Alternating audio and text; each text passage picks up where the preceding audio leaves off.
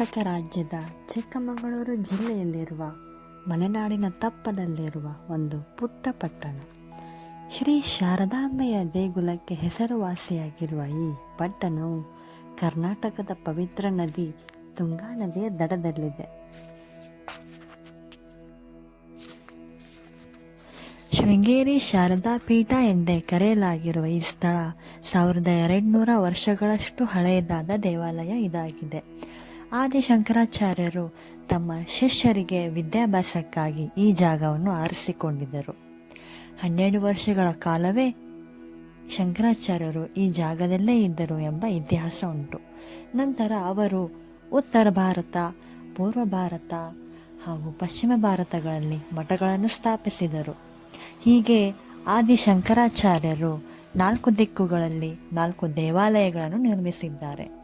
ಅವುಗಳು ಉತ್ತರದಲ್ಲಿ ಬದ್ರಿಕಾಶ್ರಮ ಜ್ಯೋತಿರ್ಪೀಠ, ಪಶ್ಚಿಮದಲ್ಲಿ ದ್ವಾರಕಾ ಶಾರದಾ ಪೀಠ, ಪೂರ್ವದಲ್ಲಿ ಪುರಿಯ ಗೋವರ್ಧನ ಪೀಠ ಹಾಗೂ ದಕ್ಷಿಣದಲ್ಲಿ ಶೃಂಗೇರಿ ಶಾರದಾ ಪೀಠವಾಗಿ ಪ್ರಸಿದ್ಧಿ ಪಡೆದಿದೆ.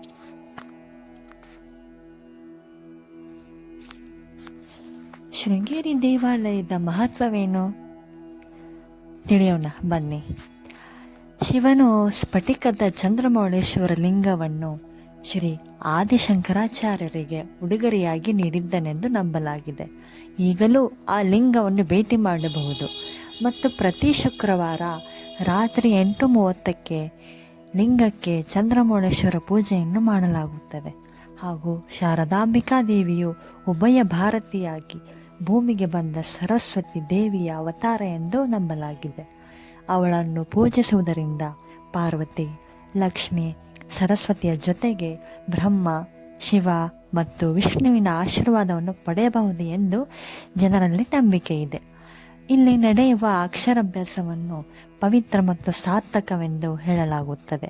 2 ಮತ್ತು 5 ವರ್ಷಗಳವರೆಗೆ ವಯಸ್ಸಿನ ಮಕ್ಕಳ ಪೋಷಕರಿಗೆ ಸ್ಲೇಟು ಮತ್ತು ಸೀಮೆ ಸುಣ್ಣ ಅಥವಾ ಪರ್ಯಾಯವಾಗಿ ಅಕ್ಕಿಯ ತಟ್ಟೆಯನ್ನು ನೀಡಲಾಗುತ್ತದೆ.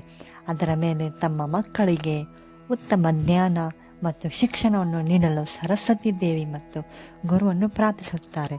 ಹಾಗಾಗಿ ವಿದೇಶಿಗಳಿಂದ ದೂರಗಳಿಂದ ಜನಗಳು ಬಂದು ತಮ್ಮ ಮಕ್ಕಳಿಗೆ ಅಕ್ಷರಾಭ್ಯಾಸವನ್ನು ಮಾಡಿಸಿಕೊಂಡು ಹೋಗುವುದು ಈ ಸ್ಥಳವು ತುಂಬ ಪ್ರಸಿದ್ಧಿಯಾಗಿದೆ.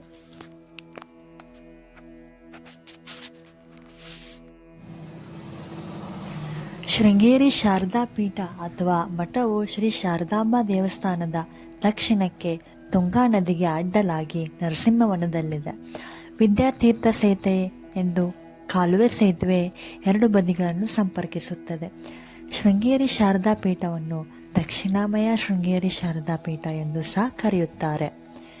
ಇದು ಶ್ರೀ ಆದಿಶಂಕರು ಸ್ಥಾಪಿಸಿದ 4 ಹಿಂದೂ ಅದ್ವೈತ ಮಠಗಳಲ್ಲಿ ಈ ಶಾರದಾ ಪೀಠವು ಒಂದಾಗಿದೆ. ಮಠದ ಮುಖ್ಯಸ್ಥರನ್ನು ಜಗದ್ಗುರು ಎಂದು ಕರೆಯಲಾಗುತ್ತದೆ ಮತ್ತು ಶಂಕರಾಚಾರ್ಯರು ಹೆಸರನ್ನು ಶೀರ್ಷಿಕೆಯಾಗಿ ಸಹ ಹೊಂದಿದೆ.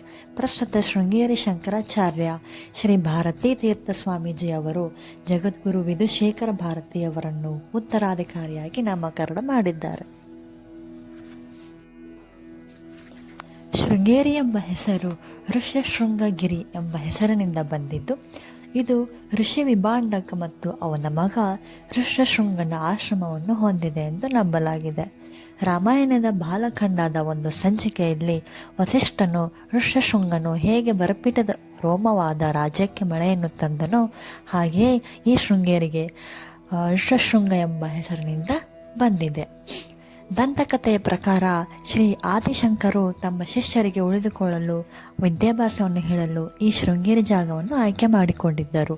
ಏಕೆಂದರೆ ಅವರು ತುಂಗಾ ನದಿಯ ಮೂಲಕ ನಡೆದುಕೊಂಡು ಹೋಗುತ್ತಿದ್ದಾಗ ಅವರು ಹೆರಿಗೆಗೆ ಒಳಗಾಗುತ್ತಿರುವ ಕಪ್ಪೆಗೆ ಬಿಸಿಲಿನಿಂದ ಆಶ್ರಯವನ್ನು ಒದಗಿಸಿದ ಹೆಡೆ ಎತ್ತಿದ ನಾಗರಹಾವನ್ನು ನೋಡಿದರು.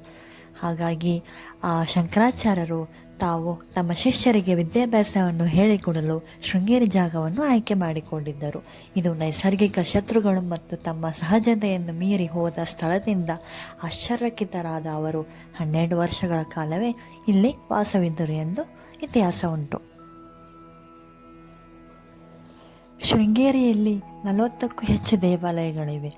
ಮಲ್ಲಪ್ಪ ಬೆಟ್ಟ ಎಂದು ಕರೆಯಲ್ಪಡುವ ಸಣ್ಣ ಬೆಟ್ಟದ ಮೇಲಿರುವ ಮಲಹಾನೇಕರೇಶ್ವರ ದೇವಾಲಯ, ಭವಾನಿ ದೇವಾಲಯ, ಶ್ರೀ ಶಾರದಾಂಬಾ ದೇವಸ್ಥಾನದ ಪಕ್ಕದಲ್ಲಿರುವ ಶ್ರೀ ವಿದ್ಯಾಶಂಕರ ದೇವಾಲಯ ಹಾಗೂ ಜನಾರ್ದನ ದೇವಾಲಯ, ಹರಿಹರ ದೇವಾಲಯ ಹಾಗೂ ಪೂರ್ವಕ್ಕೆ ಕಾಲಭೈರವ ದೇವಾಲಯ, ದಕ್ಷಿಣಕ್ಕೆ ದುರ್ಗಾ ದೇವಾಲಯ, ಪಶ್ಚಿಮಕ್ಕೆ ಆಂಜನೇಯ ದೇವಾಲಯ ಹಾಗೂ ಶೃಂಗೇರಿಯ ಉತ್ತರಕ್ಕೆ ಕಾಳಿಕಾ ದೇವಾಲಯ ಕೂಡ ಪ್ರಮುಖ ದೇವಾಲಯಗಳಾಗಿವೆ.